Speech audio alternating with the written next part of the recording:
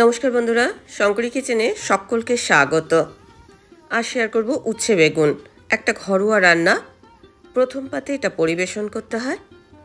অনেক সময় আমাদের মুখে অরুচি থাকে, কিছু খেতে ইচ্ছা করে না, তখন এই রকম ধরনের উচ্ছে বেগুন করে খাওয়া যেতে পারে। নিরামিষভাবে তৈরি, খুব কম তেলে কম সময়ে এটা হয়ে যাবে। গরম ভাতে প্রথম পাতে এটা শুকনো শুকনো মাখিয়ে খেতে খুবই ভালো লাগবে। তো চলুন রেসিপিটা শুরু করা যাক। আজকের রান্নার প্রধান উপকরণ হচ্ছে উচ্ছে আর বেগুন। এখানে দুটো উচ্ছে গোল গোল করে কেটে নিয়েছি, আর এটা একটু থিকনেসটা আপনাদের দেখিয়ে দিলাম কীরকম থিকনেস রয়েছে, আর দানাগুলো বের করে দিয়েছি। এখানে একটা বেগুন একটু বড় বড় করে কেটে নিয়েছি। বেগুনের সাইজটা দেখে নিশ্চয়ই বুঝতে পারছেন, এটা বেশ বড় একটু ডুমো করে কাটা।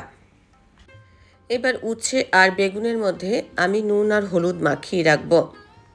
আজকের রেসিপিটা দেখার পর আপনাদের যদি ভালো লাগে তাহলে অবশ্যই একটা লাইক, শেয়ার ও কমেন্ট করবেন।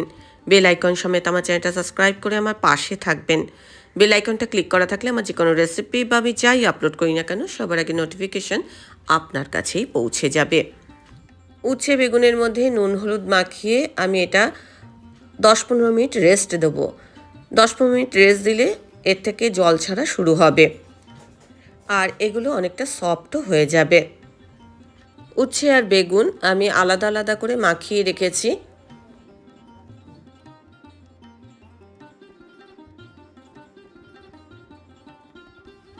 দশ 15 মিনিট পর ফিরে এলাম। দেখুন উচ্ছে আর বেগুনের থেকে কতটা জল বেরিয়েছে। এবার বেগুনের থেকে যে এক্সট্রা জলটা আছে সেই জলটা আমি নিগড়ে কিছুটা বের করে দেবো। এই যে এক্সট্রা জলটা আমরা যদি নিগড়ে বের করে দিই তাহলে তেলটা কিন্তু কম টানবে, কম তেলেতেই রান্না হয়ে যাবে। এবার চলে আসি রান্না পর্বে। রান্নাটা আমি সর্ষের তেলে করব।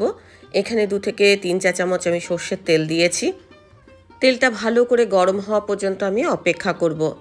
বেগুনের যে এক্সট্রা জল সেটা কিছুটা আমি নিগড়ে বের করে দিয়ে এবার বেগুনগুলোকে আমি এই তেলের মধ্যে ভেজে নেব। বেগুনটা ভাজার সময় মিডিয়াম টু হাই ফ্লেমে আমি বেগুনটাকে ভাজবো। এতে বেগুনগুলো গোটা গোটা থাকবে, আবার সফটও হয়ে যাবে। নুন মাখানোর ফলে বেগুনটা তো এমনিতেই অনেকটা সফট হয়ে গেছে। এবার ভেজে আমি আলাদা পাত্রে তুলে রাখবো। আর বেগুনটা ভাজতে বেশি সময়ও নেবে না। বেগুনটা ভাজার সময় আপনারা কিন্তু যখন বেগুনটা ভাজা প্রায় হয়ে যাবে তখন কিন্তু গ্যাসের ফ্লেমটা বাড়িয়েই দেবেন, না হলে বেগুন কিন্তু সমস্ত তেল অ্যাবজর্ব করে নেবে। আমি যা তেল দিয়েছিলাম দেখুন কতটা তেল এখনও পড়ে রয়েছে। বেগুনগুলোকে এবার আমি তেলের থেকে তুলে নেব, আর এই তেলেতেই আমি রান্না চাপাবো। যে তেলটা পড়ে রয়েছে সেই তেলেতে আমি একটা শুকনো লঙ্কা ফোড়ন দিলাম,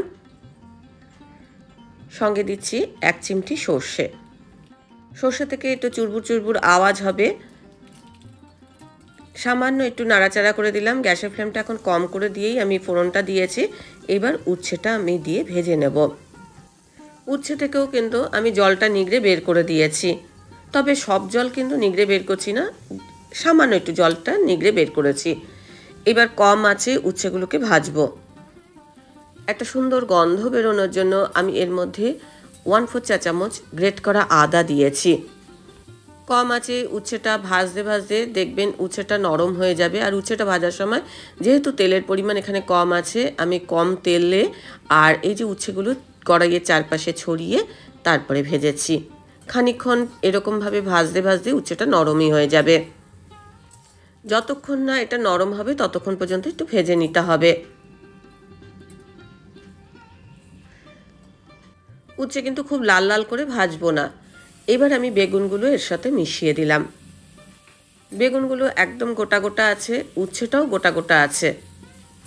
যেরকমভাবে আমি কেটেছিলাম সেই রকমই আছে। এবার দেখুন দুটো একসঙ্গে মিশিয়ে আমি খানিকক্ষণ ভেজে নেব। 2-1 মিনিট ভাজলেই উচ্ছে বেগুন একেবারে রেডি। আদা এবং ফোড়নের একটা সুন্দর গন্ধ থাকবে, আর এরকম গোটা গোটা অথচ নরম থাকবে। খুব সাধারণ একটা রান্না, কিন্তু প্রথম পাতে এটা খেতে খুবই ভালো লাগবে, মুখে অনেকটা অরুচি দূর হবে।